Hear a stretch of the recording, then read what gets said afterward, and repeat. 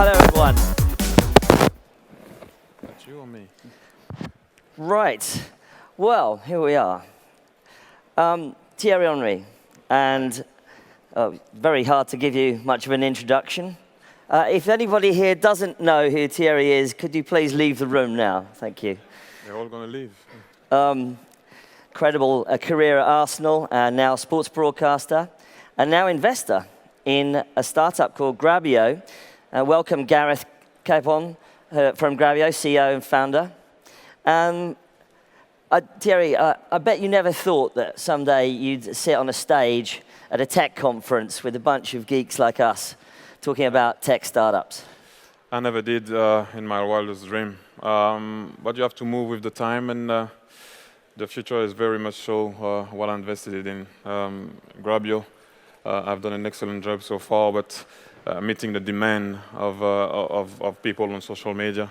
We all started, obviously, for me, when people used to meet me before, they used to ask for a picture, or they used to have a handshake. Now they all want a Snapchat moment. They all want a video moment to put it on Facebook, to put it on Instagram, and obviously Snapchat. So you have to move with your time, and instant highlight for me, it's key, and what Grabyo is doing is exactly this. The two worlds of your worlds, of sports personalities, sports industry, and the tech startup world rarely meet, don't they? So, why don't you just, Gareth, how did you guys meet? Well, just in the end, it was through some mutual friends. So we got in contact with Thierry. We were talking about raising a seed fund for our business, and when we took Thierry through the plan and the vision for the company, he sort of instantly recognized what the opportunity looked like and clearly there was some relevance in sport. Sport is definitely our biggest market. Because this isn't a something like a sort of a celebrity endorsement. This isn't a real seed investment round into a British startup, isn't it? I think to help you guys work out a little bit more about what Grabyo is like, we have a little bit of videotape which Gareth is going to describe to you, and so that you can see what Grabyo is actually capable of. So let's see if that video come up. Okay. So what are we looking at here? So this is a live stream from Tanta, one of our clients. What you're going to see in a moment is the ability for our customers, rights holders, broadcasters, to take and edit a clip from that live stream in real time, tag it up, and then share it across multiple social networks. So to Twitter, to Facebook, to YouTube, we can create what you'll see in just a moment. Vertical videos, which are specifically optimized for Snapchat and other platforms. We can add graphics and overlays to the content. And ultimately, it's about injecting these moments, these exciting moments of video into social platforms when conversations are actually happening. So we're very much a real-time platform, and that's the focus. And our customers are not end consumers directly, they're broadcasters, rights holders. So to get this straight, you're taking a live feed directly from the broadcaster, or it can be a brand, and turning that into something that can be virally shared. Absolutely, and we work with all types of video, so on-demand video and archive video. We have a mobile video platform and editor as well. So we talk about taking video from anywhere and pushing it to anywhere. So this isn't a trivial amount of money. It's $2 million from 4 investors, and you're not alone. Actually, in investing, you also have Cesc Fabregas, Yes. the Premier League player, Robin van Persie, also in the Football League, and yourself, and then Tony Parker from the NBA in the States. That's really interesting, isn't it? That you've got this sort of broad brush of football, of sports personalities. Well, I think Gareth said it the best, and you can see it there, is as a sport addict, what you want is to have that moment. And almost like if you were there. So pictures are great, don't get me wrong, but you don't get the feeling of a video. So the video, you will hear the roar of the crowd, you will see it almost like you're there, like I just said before. And so for me, it was a no-brainer to be part of this, because what do you do sometime when I love basketball, I love football, as you can imagine, any type of sport, in all fairness, but when you hear that there was a moment somewhere that you can have it straight away on your mobile, it is key. I love pictures, don't get me wrong, but videos will make you part of actually what happened at times. It really puts you in the moment. It does, definitely.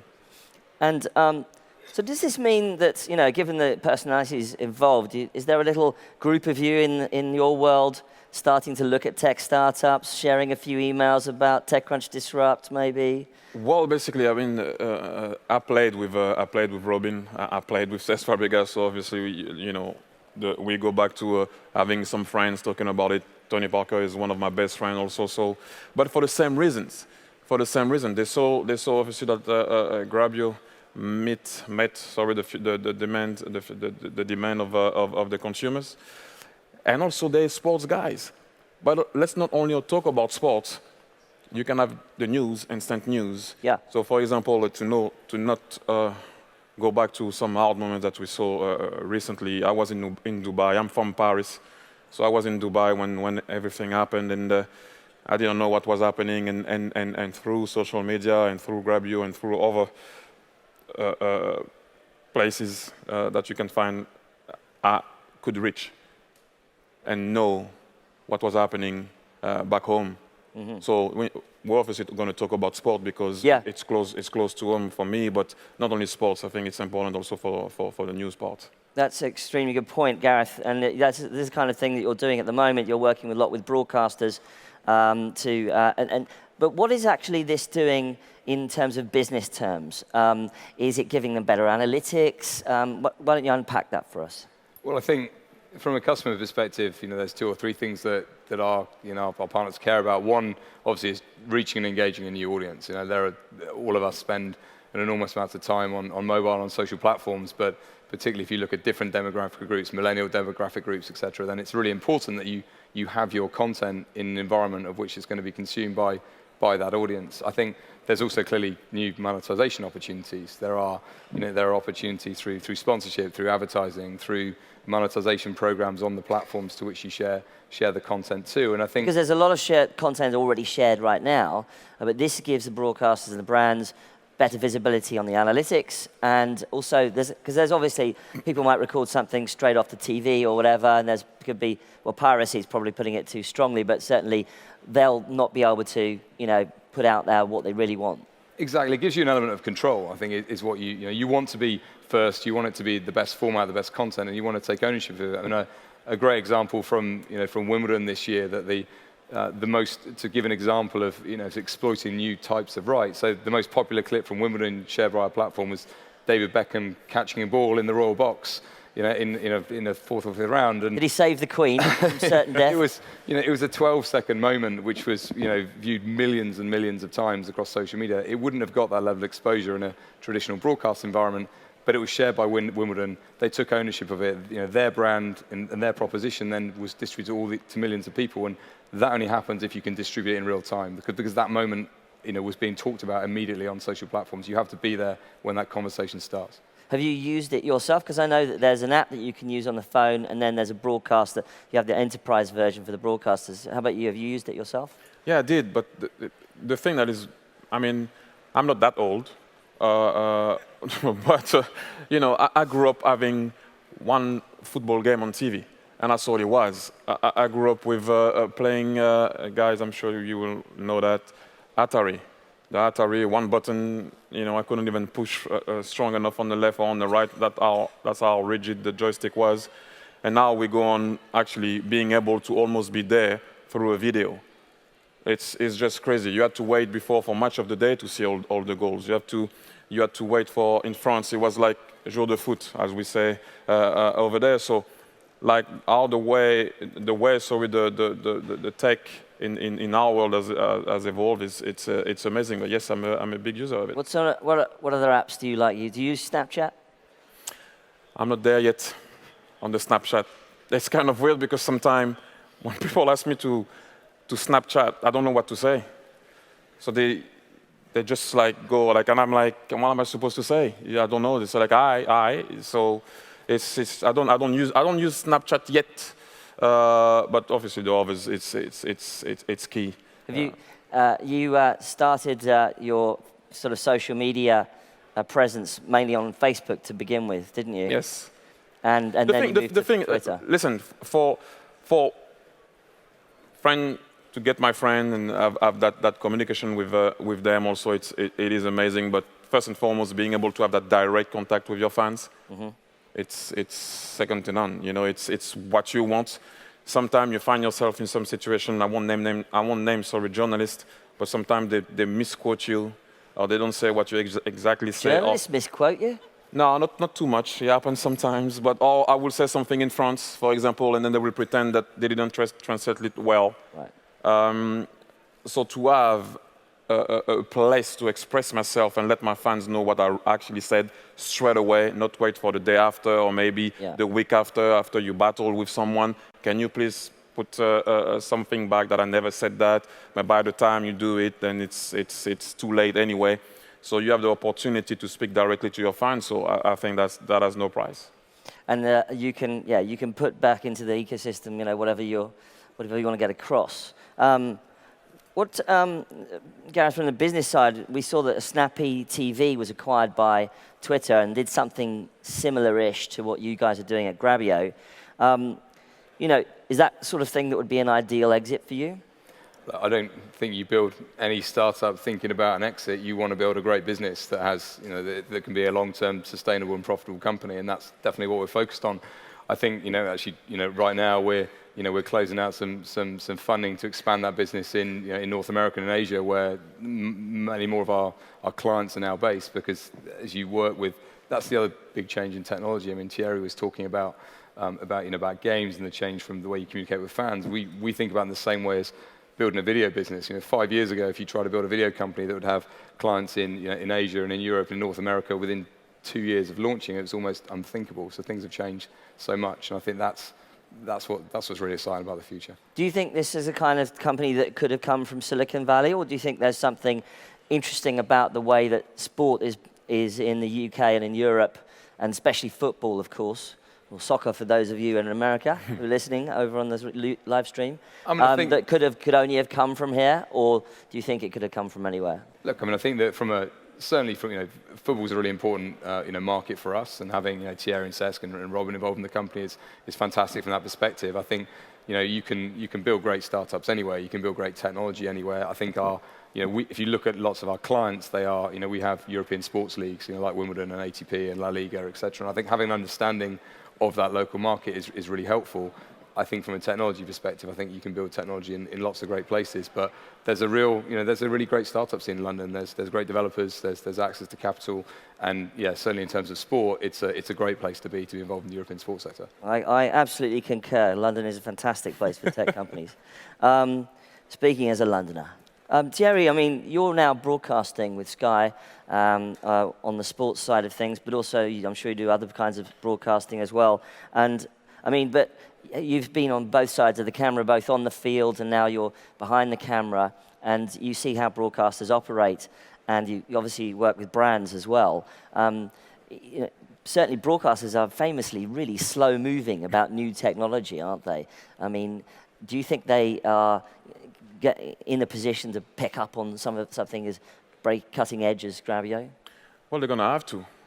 You need to move, like I said, with the time that you're living in. And yes, being on the other side of the camera made me understand some stuff. And as you can imagine, sometimes people are scared when you need to change something. We all are like that. When you have your habit and you like to go, for example, I'm using an example, you always go to the same restaurant, you always go to the same coffee place, because we don't like to change stuff. But ultimately, I think they're going to have to eventually move with what's happening.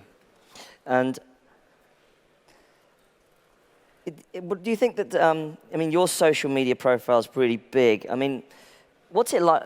I'd be quite interested to know, I'm sure everyone is interested in, what's it like for you now? Because many years ago, when Arsenal was, you were at the height of your career, you didn't come off the pitch to suddenly have to look at lots of Twitter trolls or comments on Facebook and things like that. You didn't have to do any of that.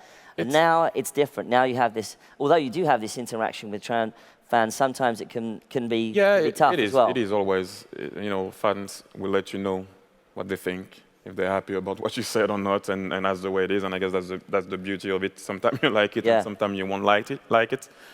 But yes, I mean, as you said, when I was playing, we didn't have I mean, all the social media. So my first thing going back in the dressing room wasn't to take my mobile. You know, I was thinking about the game we played, whether you played well or not. You know, you talk to your teammates, you should have done this, you shouldn't have done that, or whatever it is. Yeah. And now, the first thing that they do, those guys now, they go back in the dressing room, grab their phone, and whatever goes, goes. It's kind of weird. You will even see some guys going and grab their mobile, going back on the field, taking a selfie with their fans. And yeah, like I said, it's kind of weird because there's that unwritten rule, dressing room that, you know, talk about the game, have a shower, then do what you have to do. But now, I guess any managers do have to deal with that too. You know, sometimes some players will tell the starting lineup before a game. And that's supposed to be a secret sometimes because you want to surprise the opposition. Right. The guy just say, I'm playing tonight. Oh, thank you, I know now.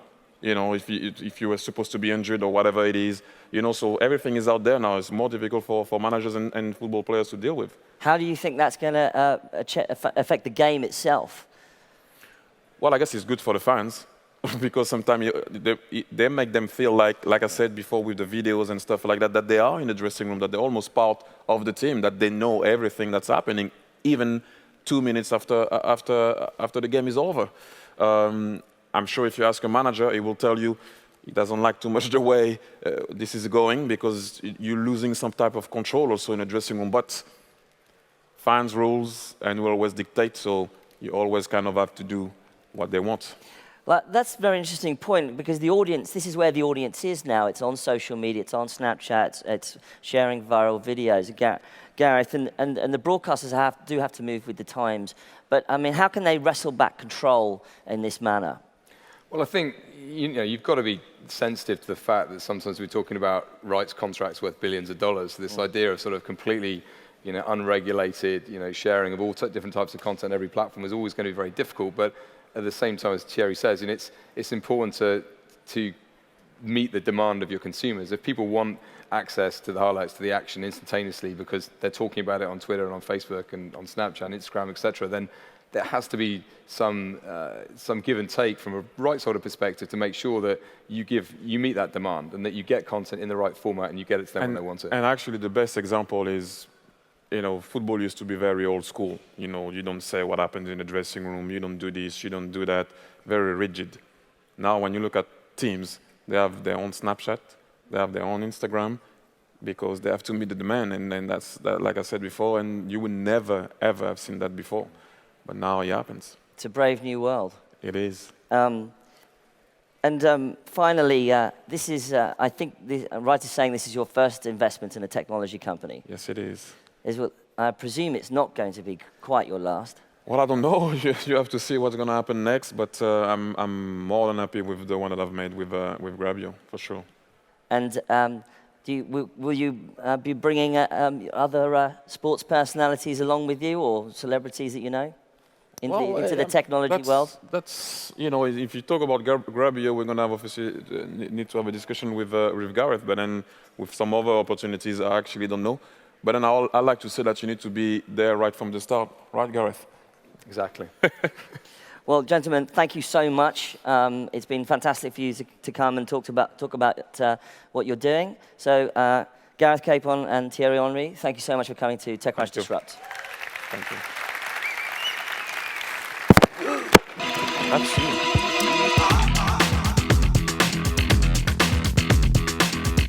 All right. Hopefully that was a suitable amount of football.